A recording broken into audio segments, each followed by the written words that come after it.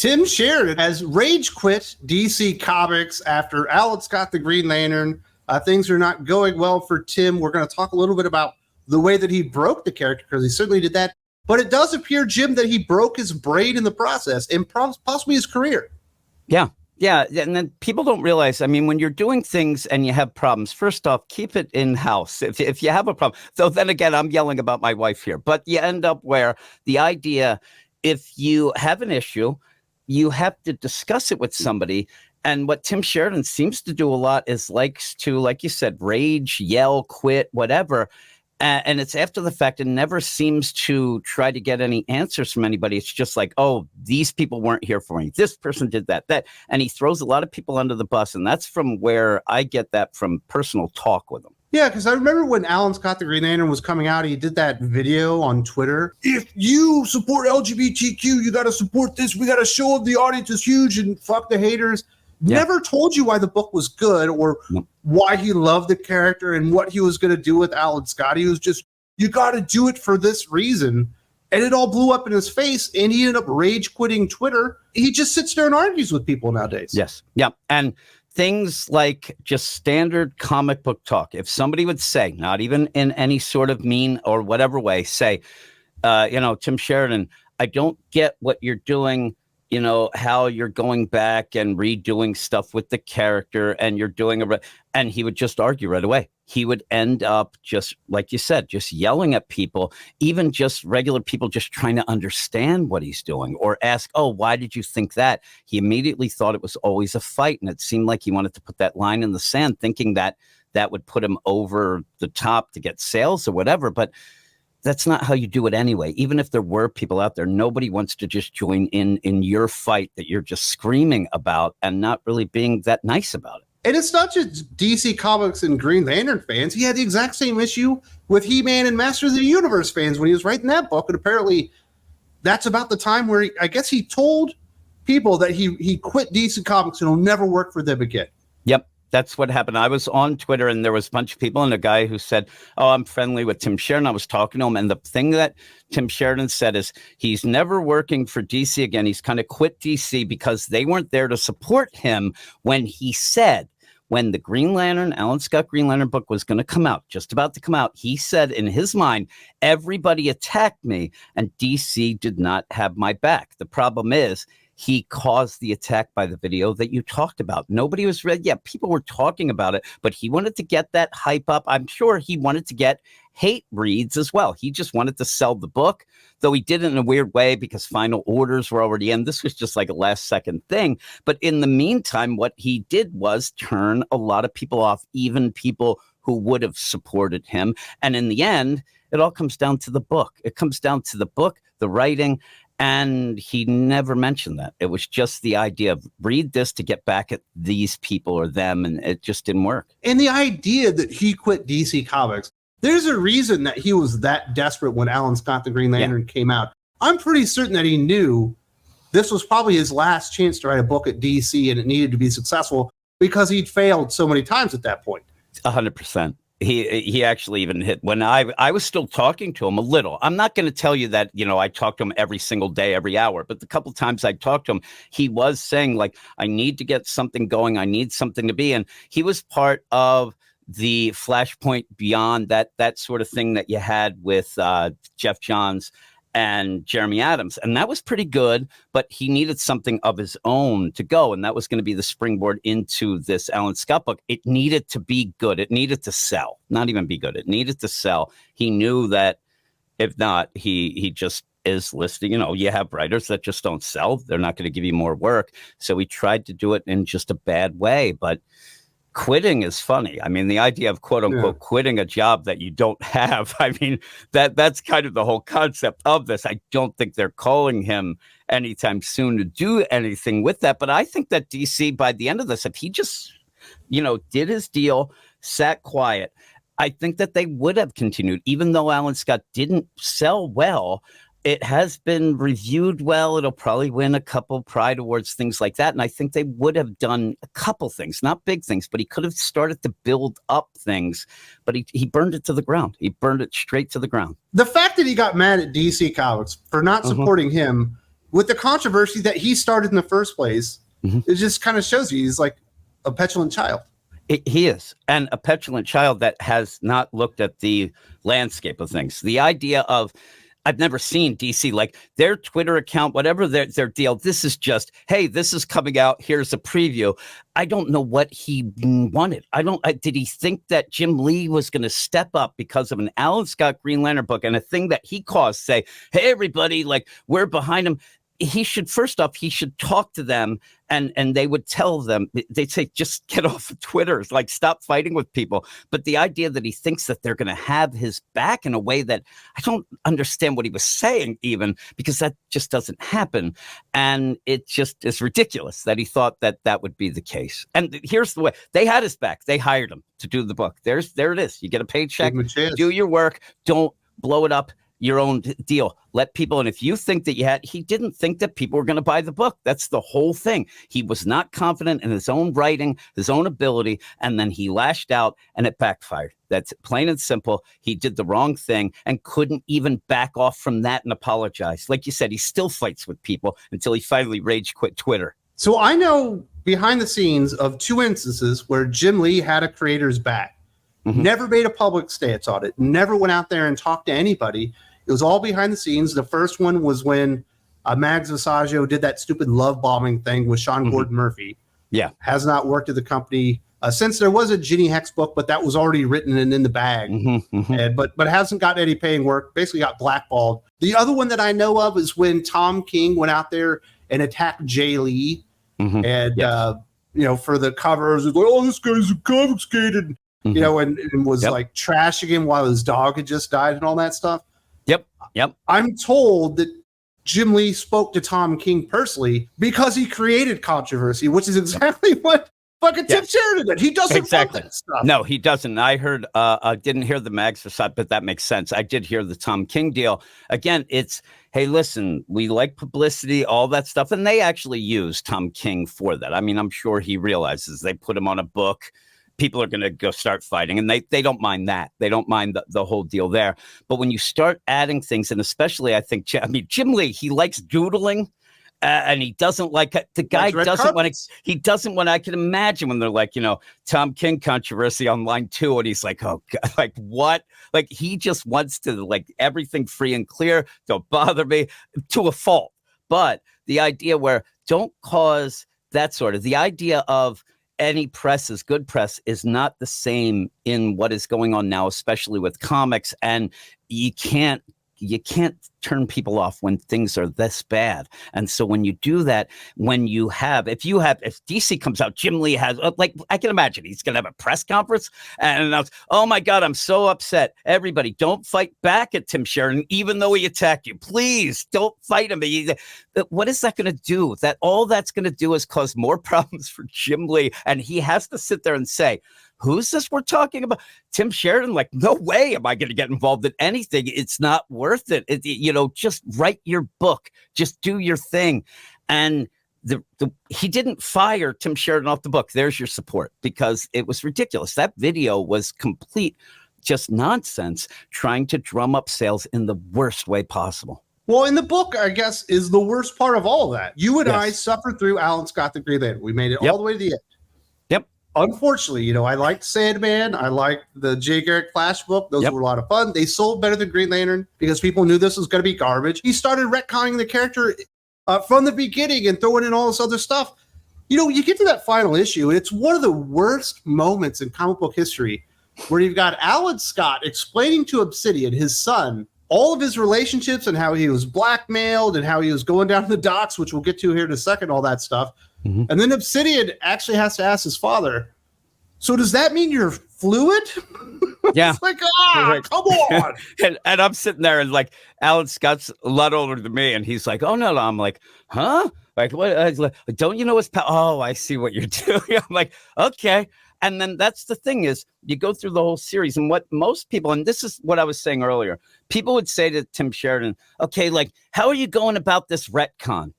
He wouldn't talk to this isn't a retcon. He thought that was a negative thing. No, it is a retcon. And without him being able to see that straight up what it is, a comic book thing of you telling us things that we didn't see going on in the past that you're now going to change to make it what it is in the present. He didn't explain. The way I said it when we were doing our podcast is he just showed us, he didn't explain. And you needed people, even people who were against it, that if you explained it a little more, and the big problem is the kids. How did he get to the point where he was married twice, all these, and he never did it. He just used that as an end and then threw in terms. I mean, I thought at one point that he's just trying to trigger us. He's just, and I'm saying trigger anybody, even people who are okay with everything, but want an explanation. And he never did it. And really the whole thing, just before I give it back to you, because now I'm getting Doc angry. The idea where he never showed Alan Scott as being any sort of a hero. He never showed him heroic. He just ended up, and at the end, I'll give you in a minute what I think is the worst moment in comic book history besides that conversation. But you go, I'm starting to get angry. Yeah, the doc stuff is terrible. You know, he goes down to the docks because I think it's his fiance dies, you know, on the ship or whatever. Yeah. And they have the conversation and it's like, do you have time now or do we need to go back to my apartment? Sounds like he's propositioning a male hooker on the docks to get a blowjob right there. Yep. And he's like, well, the police have been coming by a lot lately. Let's go back to your place. And he's like, he wasn't soliciting prostitutes. He was just like running dudes down at the docks. It's like, that's not superhero behavior. You don't go down to the docks and just start blowing dudes. Like, that's fucking weird. And the weird thing, again, Tim Sheridan tried to play it off as, no, this was just a different kind of love. And even so, you know, Johnny Ladd, and that ended up becoming Vlad, all this stuff going down in that book. He ended up where, you know, he's down in the dumps. But the worst, there's always a next part of it, too, because when you end up having it where the police show up, Alan Scott, like, just skedaddled. I mean, he left everybody. That's when he learned he could phase through walls because he's getting the hell out. I understand it. But again, not a very heroic moment, even in a point where maybe he could have done something. And again, Tim Sheridan's trying to show you the plight of a gay man in the 40s, you know, late 30s, early 40s. That's fine. But you can't lose track that you're doing a superhero book. And you need to show by the end why people would want to like Alan Scott. And he never really got to that point in my mind. It never ended up being like, oh my God, I get this. And if you do that, people might seem to be sympathetic a little more to what was going on.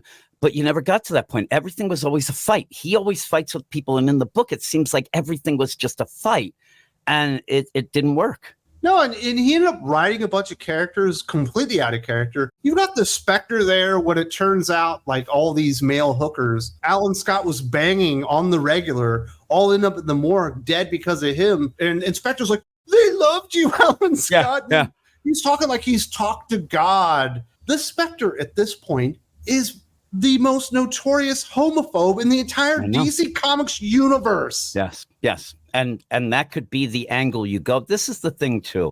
When people are writing things, and yeah, there's some tough things going on, but go with the character as they are and write something that is meaningful. Write something that if the Spectre is going to be mad at this, the voice of God, all that, don't change it to actually make it so that, like, that's a signaling moment. It certainly is when he's doing that. No, do the characters right, but make it meaningful in a way that it will stick with people and maybe learn some things or whatnot. But he never wanted to do that. Again, this was just to have Alan Scott angry and everybody against him, but then having these signaling moments and stuff like that. The thing that I was going to say earlier was at the beginning, you had J. Edgar Hoover, who was pretty much blackmailing Alan to join the JSA. And he's saying, I have these things I know all about, you know, your side things going on, the docs, all that. So, and that was something that was in the book. Tim Sheridan tried to say it wasn't that, but it was. But by the end, instead of making that something that, okay, let's deal, you had Alan Scott do the exact same thing to J. Edgar Hoover. You actually had your hero of your book finish. And this is what I said was my worst. He ends up, instead of just saying, I'm me, I don't care what you do. These JSA, I think that they are very open to whatever it would be. He just says, remember you said you do this? Well, I'll do worse to you. And not a hero. That's not a heroic. That's a villain moment, not a hero moment. And that really threw me off. That even the idea, like, there's tons of things. So you keep going, because the idea, there's so many moments that could have been something. And then he pulled it back to try to like force in his view and not go with the characters. And it was redefining the origin of the Green Lantern itself, to where it was actually discovered by a trans man in Arkham Asylum that reformed it into a lantern and gave it to him before he went on and had a lobotomy. Why? And originally there was a guy that ended up, they said, was Arkham, and he did kind of fashion the thing. But that was the thing. You had that whole play of life, death, the way that the lantern went, and it ended up, quote unquote, curing a guy of his mental illness in the original issue. But then Tim Sheridan ran into a brick wall because he doesn't want to say, like, this guy's cured because it's not a disease. And then he lost track of anything, gave the guy a lobotomy. And I'm like, that's not a fun moment, only to show at the very end, this guy's okay without ever saying what happened. This guy had a lobotomy. You don't. And he was really like a drag show again. Yeah, you don't really recover from that much. You have a lobotomy, and that's the sort of thing he kept doing. He had to keep forcing things in, but then arguing with people that, oh, this is how it always was, so it's not a retcon, but this is this, and it's not that. And it wasn't good. The book stunk. It really wasn't good. Never showed him as a hero, but even went against some things. It made him look stupid at every single turn. When we get the reveal that Vlad was really a Russian agent that was using him, because he could tell as soon as he got on that ship that he couldn't stop looking at him, and used him at every single turn, goes and murders all the dudes that he's been getting blowjobs from on the dock. And then when he comes back and confronts him, he's like, I still love you. Like, what? This dude is literally a murderer. Are you a fucking hero or not? Just imagine, you're there, you're in charge of what was at that point one of the most like covert op deal that could affect the entire world. You're going after supernatural shit that you end up thinking could destroy the world. A guy shows up, he has no skill on what he's saying he is. In the book it says, I knew that you didn't know anything about engineering. Like, you didn't know one thing, but I thought you were cute, so I ended up kind of finagling it in. That's awful. That is the way that so many things because of that happen, only because he thought a guy was cute and just wanted to get in, because Tim Sheridan couldn't figure out a way, even though all you have to do was say he was a Russian spy. He was trained in those things. That spies are taught things, but no, he says he didn't know anything. You didn't even know anything about engineering, but I let it in and nobody else could tell. Everybody was dumb in the book. They just let things go. No, and then the coup de grace, because I'm a history guy. I love history. Yep. I listen to lots of podcasts on history. I read stuff on history. I watch documentaries on history. And at the end, it ends up being the Red Scare, even though it's happening during World War II. The fucking Cold War is after World War II. When you look at the Axis and you look at the Allies, the United States and the Russians are both in the Allies because they ended up working together. And literally, when he has this enormous force of Crimson Flame users or whatever show up in America to attack Alan Scott as well as Vlad or whatever, you're literally like 3 weeks away from Operation Barbarossa, when the fucking Germans end up attacking Russia and invading all at the same time. It's like he didn't even know that the Red Scare wasn't World War II. That the World War II was really about Nazis. It was about Nazis. That's fucking stupid. Yeah. Red Scare happens, and legitimately, it should have been Red Scare. I mean, you should have done it a little bit later. I know that that's a timeline to JSA, but he tried to shove it in because the idea of a Red Lantern, Red Scare, it works. It works really well, but not at the time point. Even the idea, like you said, because I'm not as big a buff or as smart as you, Wes. So I do like history, though. Like you're like, nobody is. But even the idea that we're 3 weeks pretty much away from the Nazis invading Russia, which at one point they say in that, well, we could just go and stop things, but, you know, we're more concerned with this. Makes no sense. But also, you can't do anything at this point to really piss the U.S. off, who hasn't joined in, but they're not in the war yet. Yeah, they're not in the war, but you might want to eventually have them as allies or keep them out. Like the idea that you're pretty much invading the U.S. with these crazy superhero characters that are blasting all this out. If that ends up getting brought back, and we find out what happens then with World War II. I mean, Tim Sheridan's just throwing things out there that he's not thought through. He's just going by the moment. He's just going by, okay, I want this, so I'll shove it in here. And that's the worst kind of writing because it doesn't make sense. And at the end, it didn't make sense. Like everything that was going on, I know talking to you, you're like, oh my, like, why would they be doing this? They know that this whole deal is coming. They know they have to, but no, they're off with their biggest weapons, off to, fight Alan Scott and get back this Red Lantern. I'm like, and still in that, you still have Alan Scott like, you know what? I think I love you, Vlad. I think I'm in love with you. I'll never forget you. And then at the end, he's like, you're gonna have everybody hates you, and I know you have to do some time here, but I'm here for you. I'm like, stop it, don't do that. And even at the end, like you said about when he's talking to Obsidian, it even plays out like all the stuff that he's saying, and then he's like, yeah, thorn on rose, she was crazy, your mother. I'm like, what are you doing? It's so weird. And then that, like I said, that's an afterthought. This whole thing, I don't even know what it was because it wasn't a Green Lantern book. No way, no how. It was a fucking Tim Sheridan book. This should have been, and again, this is where I get upset at things like this, in a different way than a lot of people will just shut it out right away. The idea that this could have easily been a Kickstarter book. It could have been an indie book that Tim Sheridan wanted to show a plight of a gay man in that time, right before World War II. But the thing is, he knows he can't do that because nobody will buy it. So he ends up shoving it. And DC allowed it. So they are to blame as well. Somebody should have been there to at least guide him, a caretaker for the character, to say, if you're going to do this, and if DC wants you to do this, do it with care, make it work, make it make sense. Don't just make it make sense because you say it makes sense, that you say it always was. That doesn't work that way. In the end, things turned out the way that they were supposed to turn out. Tim Sheridan apparently is not going to write for DC Comics anymore. Thank fucking God.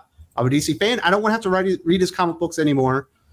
He's failed once again, and he's ostracized, and now he's fighting with He-Man fans and likely won't be allowed to work for Dark Horse anymore. And he's basically just ruined whatever kind of reputation he might have had when people didn't know who he was. He was building his brand, and and to use words that everybody uses different ways, or whatever, he has a toxic brand now. He has a brand that people will not think that it's beyond, because he hasn't written many good books. The Titans Academy, the Teen Titans Academy, the Shazam mini, and then it's just awful. So the first thing you think is, oh, he's not that good a writer, or he's a bad writer. And then the next thing you think, oh, he's angry. Oh, he's mean. He's attacking people. Those two combined mean failure. And with the He-Man stuff, it's definitely in my mind, this is him just reacting, that he knows that whatever this career of comic books, he's just got to go back to the animated stuff that he has done in the past. But even then, he might be tainting that as well, the way he's reacting. I do want to say thank you very much to Jim. If you like the verbal stylings of Jim and I, we actually do a lot of podcasts over on Patreon. If you haven't checked that out, the Hot or Not podcast on the Doc is Right tier. You need to check it out. Jim and I bring the heat every single week, have tons of fun doing this stuff together, and it was a lot of fun talking about this here. There's a link in the video description if you're interested in checking out the Patreon.